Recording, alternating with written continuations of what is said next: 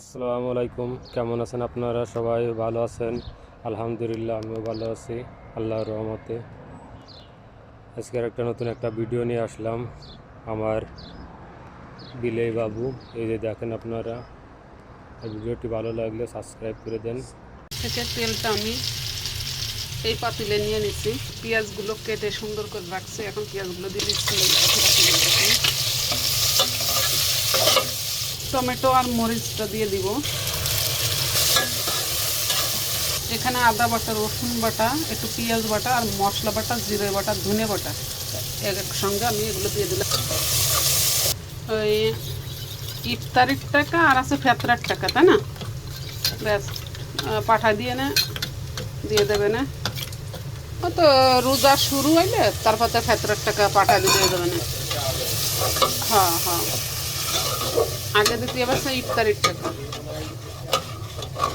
এখন কফিটা দিয়ে দিলাম।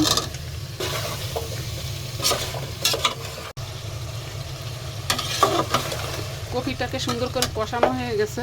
এর মাঝে আমি মাংসগুলো দিয়ে দেবো। মুরগির মাংসগুলো একটু শক্ত করে ভাজেছি যাতে মুরগিটা আলোয় না যায়।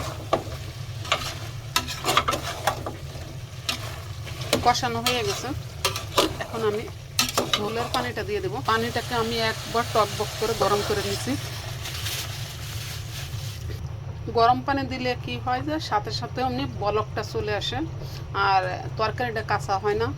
এখন আমি ঢেকে দিব। অপেক্ষায় থাকেন, ততক্ষণে তরকারিটা হতে থাকুক। রান্নাটা আমার হয়ে গেছে। মাংস দিয়ে আর ওলকপি। এই যে মাংসের ভাগটা একটু কম। ওলকপি আছে 2টা। কিছু জিরে ভাইজা গুঁড়ো করছি শিলপাটায়, তা দিয়ে দেব। আর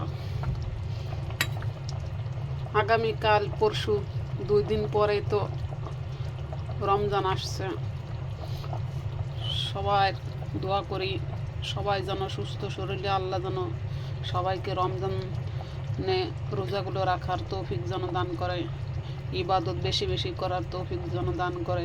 আর আপনারাও আমাদের জন্য দোয়া করবেন, আমরাও যেন সুস্থ শরীরে আল্লাহর ইবাদতগুলো করতে পারি, রোজাগুলো রাখতে পারি।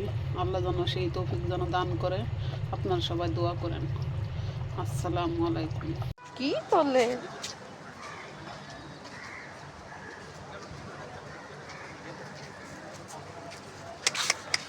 এই যে আম্মা, এই দেখো, ওই যে আম্মু।